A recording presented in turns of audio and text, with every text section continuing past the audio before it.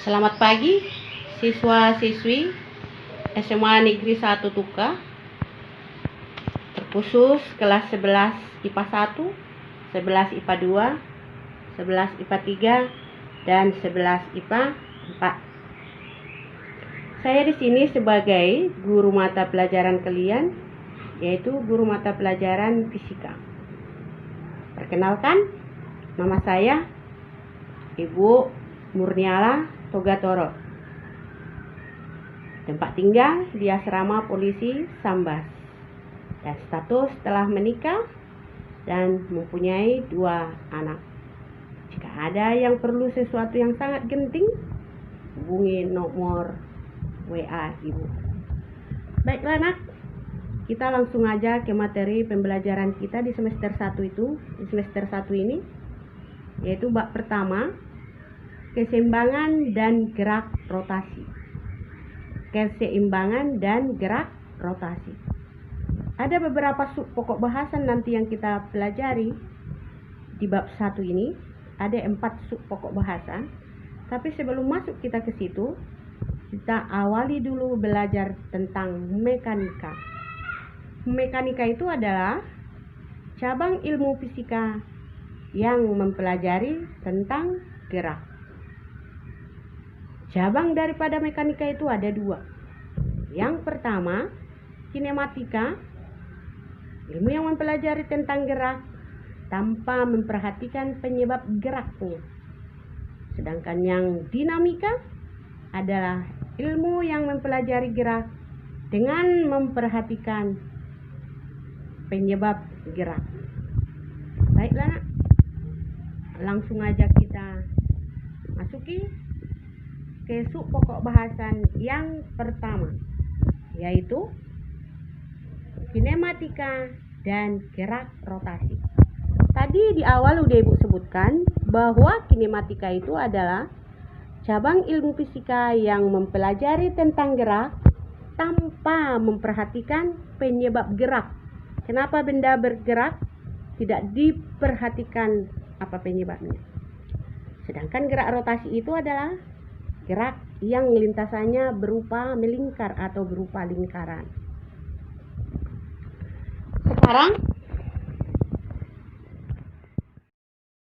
Sekarang langsung kita perhatikan gambar. Kita misalkan seekor semut berada di titik A akan melakukan gerak melingkar. Kita ikuti. Dari titik A semut bergerak melalui titik A aksen dan kembali ke titik A. Maka gerakan semut ini disebut dengan 1 putaran. Sama dengan itu 1 keliling lingkaran. 1 putaran berapa derajat? 360 derajat. Dan sama dengan itu 2 pi radian. Ketika semut bergerak dari titik A sampai ke titik A aksen, maka semut menghasilkan sudut tempuh atau posisi sudut yang dilambangkan dengan theta. Perhatikan di gambar.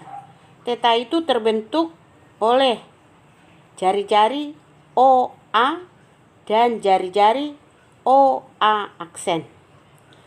Dan ketika semut tadi bergerak dari titik A ke titik A aksen, semut menghasilkan jarak tempuh. Jarak tempuhnya itu kita berikan lambangnya S. Sehingga posisi sudut atau theta itu dapat didefinisikan sebagai theta sama dengan S per R.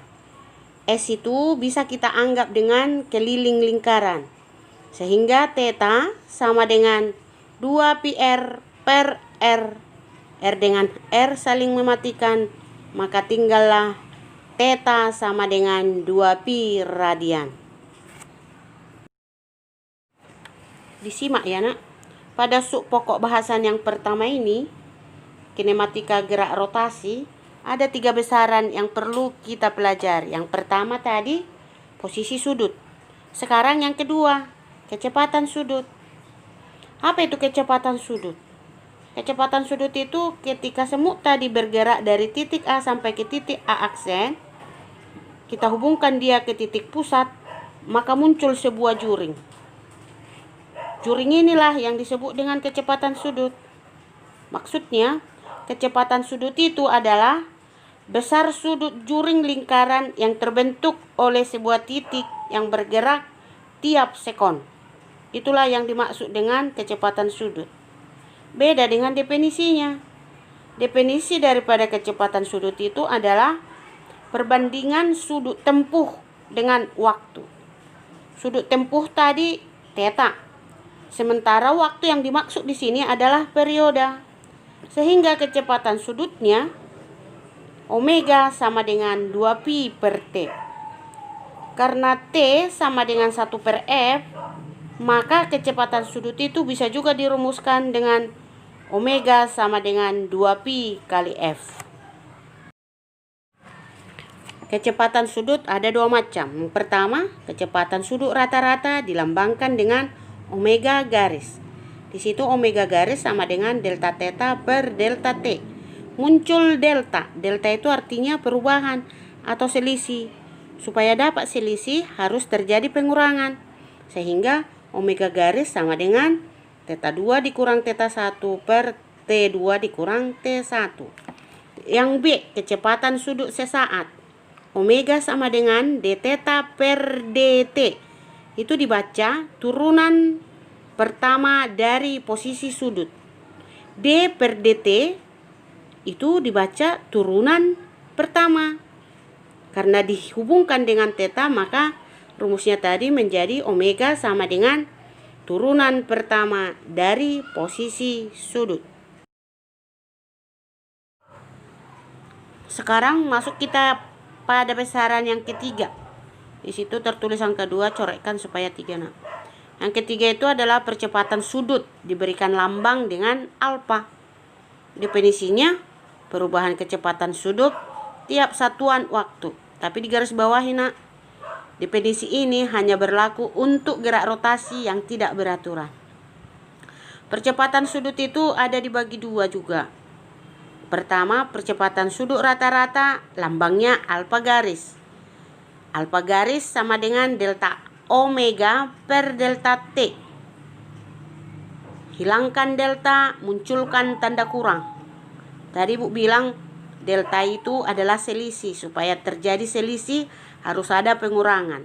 Sehingga alfa garis sama dengan omega 2 dikurang omega 1 per T2 dikurang T1. Sekarang B, percepatan sudut sesaat.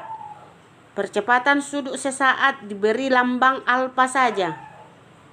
Dan dirumuskan turunan pertama dari kecepatan sudut.